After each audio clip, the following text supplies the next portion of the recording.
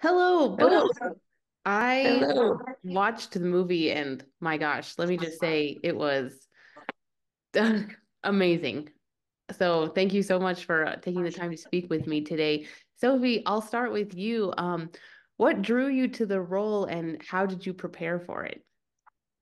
Um, I was offered the role directly, and I immediately fell in love with Irena's story because I felt it was just so relevant to this day, and I think there's so much to learn from her story, and it's such an inspiring and um a tale that just brings a lot of hope, I find, despite all the horrific events. And um I knew also Louise Archambault, who was the director.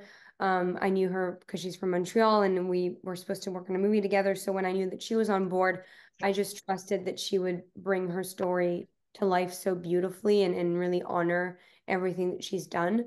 And when it came to preparation, it was just very overwhelming because it's such big shoes to fill, and I wanted to live up to the expectations. But I was very lucky to find a lot of archives about her life and interviews of her speaking about what had happened. And what struck me the most is how full of life and how bright she still seemed, and hopeful. And it was very important for me to showcase that in the movie. And I also did a lot of dialect coaching to lock down the Polish accent. Was there something that you learned from Irina while playing her? I mean, over everything that happened prior to the war, the sexual abuse with the Soviet soldiers, and the fact that she was a nurse beforehand. So I love the idea that she was, despite of the war, already committed to devoting her life to saving others. And what struck me also is all of the aftermath, the fact that she was imprisoned, and the fact that she stayed quiet for so long, which is totally understandable. And the story, I mean, Jeannie can elaborate on this, but of how she reconnected with her sisters, and her life is just so grand and incredible. Yeah, absolutely. Jeannie, what is it like for you watching your mother's story in a movie now? I don't know if you can actually put in adequate words. And my mom's been gone for 21 years now, 23 years, 21. And to be able to see her life and to see Sophie, who, my mom was 40 when I was born, so I didn't get to see what she looked like in her early 20s, but I absolutely think that Sophie is her. I have pictures of my mom during that time, and we just couldn't have found a better person at all. Everything, the way she looks, the way she acts, the way she sounded it's amazing. There's no real adequate words for what it's like.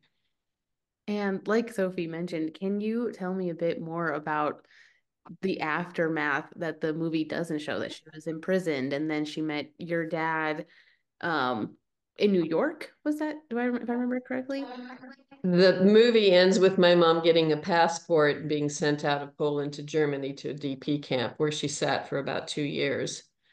At the end of that time, some men from the UN came to do interviews, and an American delegate interviewed my mom and was so impressed with her story, he gave her the paperwork to come into Ellis Island, which she did, and got a job and worked there. And 5 years later, when she became a citizen, a US citizen, she took herself to a fancy restaurant as a treat.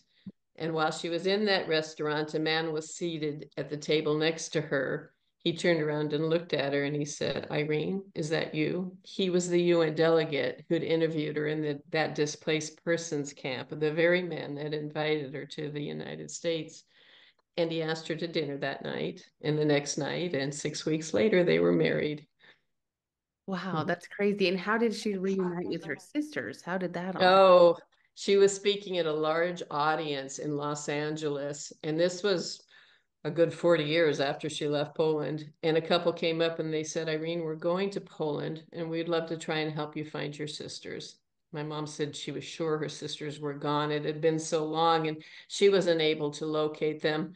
But they went and they were diligent. They checked with the consulates, with every local Catholic church they could find. And on the last day, in a taxi cab, they were on the way to the airport to fly home.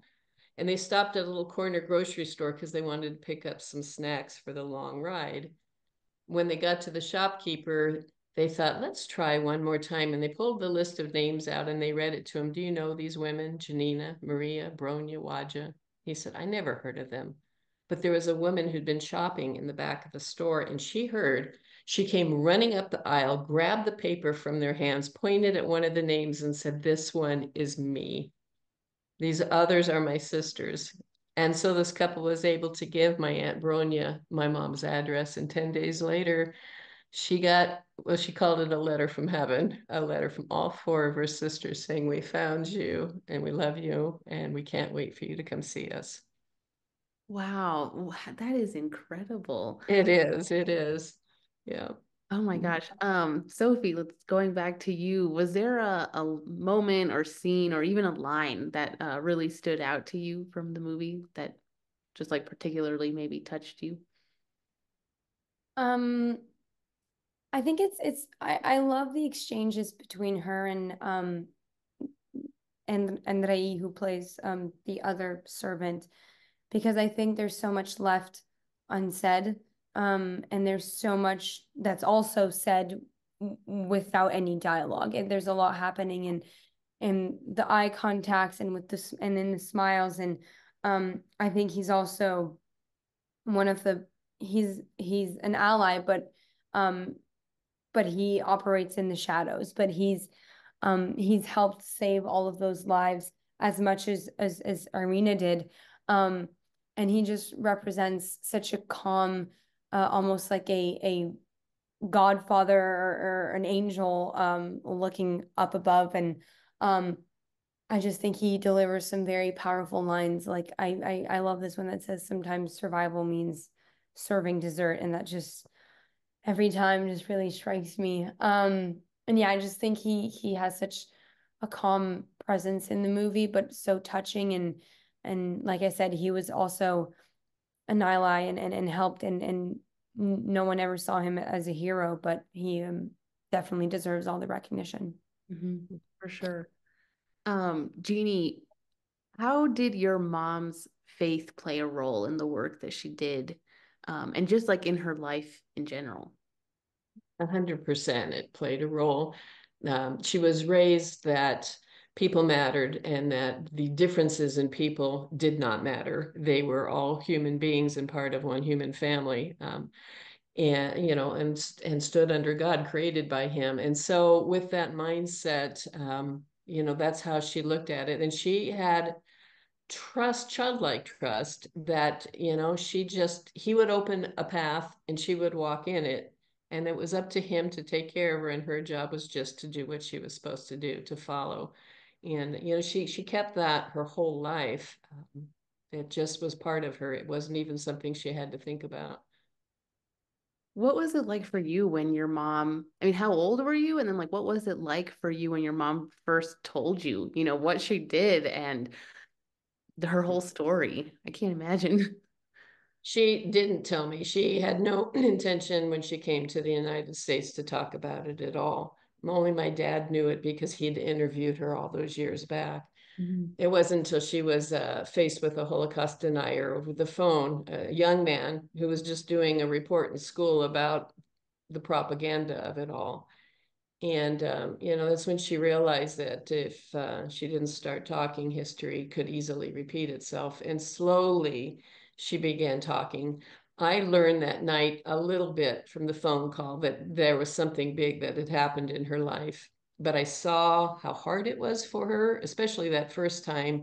And I stayed away from the subject, really. I heard bits of conversation when she would talk to other people, but I was uncomfortable asking her. And it wasn't until I went with her to a school, I was almost 20, I took her to school so she could talk to kids, that I not only heard her story, but saw the amazing reaction from this inner city school, you know, very diverse population, how that affected them. And I thought, man, this story is powerful.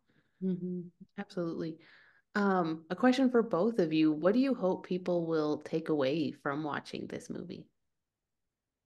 I think for me is that I think Irena is such proof that um a little goes a long way. And that I think we as individuals think that we can't really make a difference or that we're too small to really have an impact. And I think that she's the perfect example that, I mean, she obviously did heroic things, but that by doing tiny things that seem so simple, it could be smiling to someone or helping them with a bag or complimenting them.